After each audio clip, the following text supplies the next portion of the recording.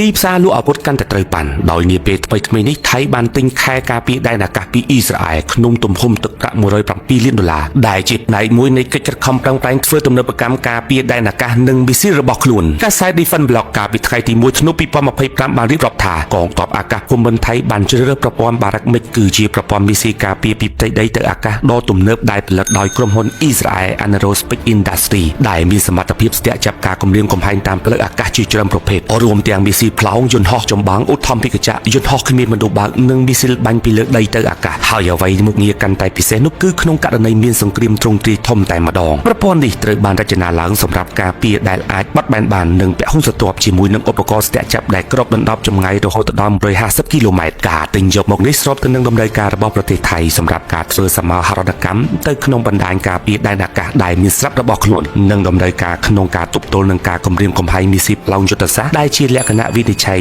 ដែល Barrack-MIG អាចបំពេញបានយ៉ាងមានប្រសិទ្ធភាពអ្វីដែលហៅថាប្រព័ន្ធការពារដែនអាកាសនោះមិនមែនគ្រាន់តែជាមីស៊ីលមួយគ្រាប់ទេតែជាប្រព័ន្ធមីស៊ីលការពារដែនអាកាសពេញលេញដែលរួមមានសមាសធាតុសំខាន់ៗជាច្រើនដែលធ្វើការជាមួយគ្នាដែលរួមមានជើងទម្របាញ់មីស៊ីលប្រព័ន្ធរ៉ាដាតាមដាននិងមជ្ឈមណ្ឌលបញ្ជាពីចម្ងាយដែលជាកន្លែងដែលក្រុមប្រតិបត្តិការអង្គុយដើម្បីទទួលទិន្នន័យពីរ៉ាដាកំណត់អត្តសញ្ញាណសត្រូវនិងចេញបញ្ជាដើម្បីបាញ់ប្រហារតួយ៉ាងប្រសិនបើយើងត្រូវបាញ់ទម្លាក់យន្តហោះចម្បាំងមួយគ្រឿងនោះយើងត្រូវប្រើយ៉ាងហោចណាស់នៅមីស៊ីលចំនួន2ដើមដើម្បីធានាថាយន្តហោះនោះត្រូវបានធ្លាក់ដោយមីស៊ីលក្នុងមួយដើមមានតម្លៃប្រមាណ$1 លានទន្ទឹមនឹងនេះប្រព័ន្ធការពារដែនអាកាស Barrack-MIG ទំនងមិនត្រូវបានប្រើប្រាស់សម្រាប់វាយប្រហារដ្រូនដែលមានតម្លៃទាបទេដូចជា Sahen-3 របស់រុស្ស៊ីឬអ៊ីរ៉ង់ជាដើមដែលជាហេតុដែលធ្វើឲ្យមានការធ្វើសង្គ្រាមមិនទទួលបានផលចំណេញផ្នែកហិរញ្ញវត្ថុបញ្ហានេះហើយបានជំរុញឲ្យប្រទេសជាច្រើនកំពុងស្រាវជ្រាវរកបច្ចេកវិទ្យាការពារថ្មីៗដែលមានតម្លៃទាបជាងដូចជាអាវុធ laser ដែលអាចបាញ់ដ្រូនបានក្នុងតម្លៃទាបបានយ៉ាងមានប្រសិទ្ធភាពគួរបញ្ជាក់ផងដែរថាចំពោះការបរិច្ឆេទចុះហត្ថលេខាលើកិច្ចសន្យាពិតប្រាកដរវាងប្រទេសថៃនិងអ៊ីស្រាអែលសម្រាប់ប្រព័ន្ធការពារដែនអាកាស Barrack-MIG មិនទាន់ត្រូវបានរាយការណ៍ជាក់លាក់ក្នុងប្រភពសាធារណៈនោះទេ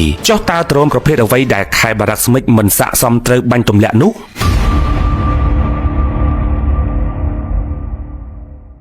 ជំនាញផលិតមាតិកាចម្រុះដែលមិនអាចមើលរំលងវគ្គពិសេសសម្រាប់ប្រិយមិត្តដែលស្រឡាញ់និងចូលចិត្តបង្ហាញចំណាប់អារម្មណ៍លើបណ្ដាញសង្គមដោយចាប់ផ្ដើមចេញពីថ្ងៃនេះតទៅជាមួយកញ្ចប់តម្លៃពិសេសប្រិយមិត្តនឹងទទួលបានការបង្កើតខ្លឹមសារដ៏សំខាន់មួយជារបស់ខ្លួន